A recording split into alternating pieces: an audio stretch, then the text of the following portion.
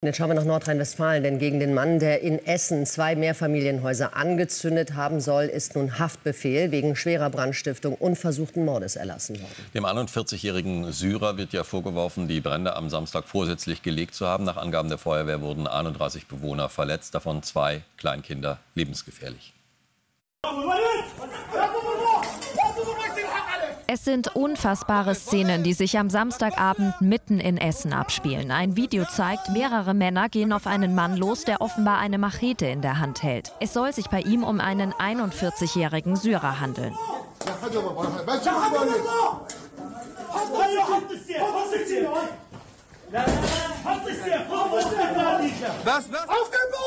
Es dauert einige Minuten, bis schließlich die Polizei eintrifft. Alarm! Alarm! Lavara, Lavara, Lavara!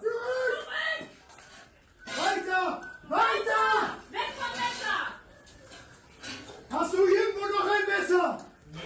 Hast du noch ein Messer? Nein, nein! Leg dich auf den Boden! Nein! Leg dich an! Straße von einem Fliesengeschäft. Nach ersten Erkenntnissen handelt es sich definitiv um eine Beziehungstat. Der 41-jährige Mann mit syrischer Staatsangehörigkeit hatte 2 Wohnhäuser aufgesucht, in denen er mit Brandbeschleuniger einen Brand gelegt hatte, um letztendlich dem Umfeld der Frau größtmöglichen Schaden anzurichten und eben auch Bewohner in dem Haus letztendlich zu verletzen.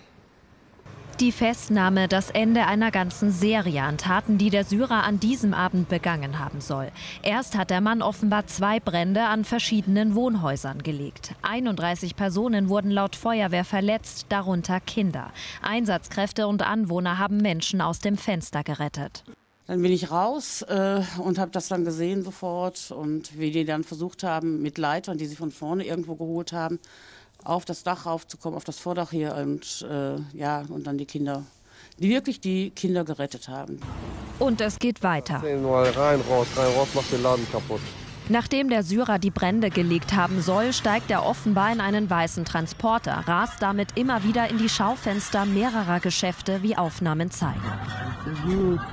Er steigt mit einer Machete aus dem Wagen aus, soll damit auch Menschen bedroht haben. Die Taten haben sich offenbar gezielt gegen eine Familie gerichtet. Wir schauen nach Essen zu Greta Wagner. Guten Morgen, Greta. Was ist denn inzwischen über den Täter bekannt? Offenbar war ja bereits Polizei bekannt.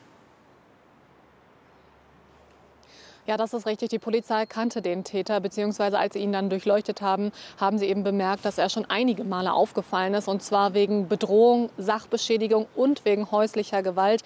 Alles 3 Punkte, weshalb sich wohl auch seine Ehefrau von ihm getrennt haben soll. Und das aber nicht erst seit kurzem, wie man ja vermuten könnte, wenn dann jetzt bei ihm die Sicherungen durchgebrannt sind, sondern nach meinen Informationen schon 2021, also schon vor 3 Jahren jetzt, haben sie sich wohl getrennt. Warum das Ganze dann jetzt eskaliert ist, das vermutet man, dass die Frau dann noch mal weggezogen ist, also noch weiter von ihm weg und vermutlich auch die Kinder mitgenommen haben soll. Und das soll dann bei dem 41-Jährigen dafür gesorgt haben, dass bei ihm komplett alle Sicherungen durchgebrannt sind. Sein Anwalt hat ja auch noch einmal verlautbaren lassen, dass kein terroristischer Hintergrund vorliegt, sondern dass es eine wirklich rein persönliche Tat ist. Und dieses Persönliche soll sich vor allem gegen die Familie des neuen Partners seiner Ex-Frau gerichtet haben. In einem der Häuser, was er angezündet hatte, soll nämlich der Bruder des neuen Partners gelebt haben. Und deshalb hat er sich eben gezielt diese Wohnungen ausgesucht, diese Häuser. Warum dann tatsächlich er in die Geschäfte noch zusätzlich gerast ist, das ist aktuell noch nicht bekannt. Er sitzt aber jetzt seit gestern Abend in Untersuchungshaft, weil ihm versuchter Mord in vielen Fällen vorgeworfen wird. Greta, 31 Menschen verletzt, darunter 2 Kinder. Welche Informationen gibt es über den Gesundheitszustand?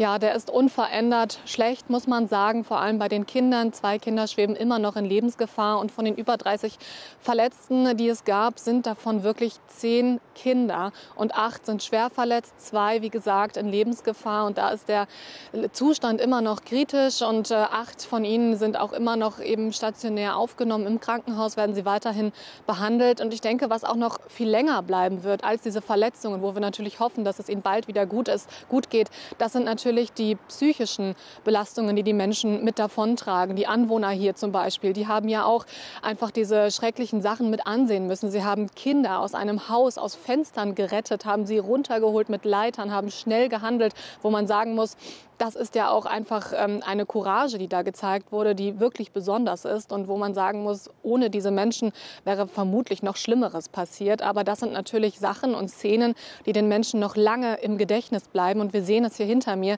Immer noch steht die Polizei hier Streife. Das ist wohl schon seit gestern so. Also seit diese Taten verübt wurden. Jetzt gerade hat sich diese Streife auch abgewechselt. Vermutlich auch, um den Menschen hier vor Ort erst einmal ein sicheres Gefühl zu geben. Aber trotzdem, diese Bilder, die werden noch wirklich lange im Kopf bleiben. Greta, danke schön nach Essen.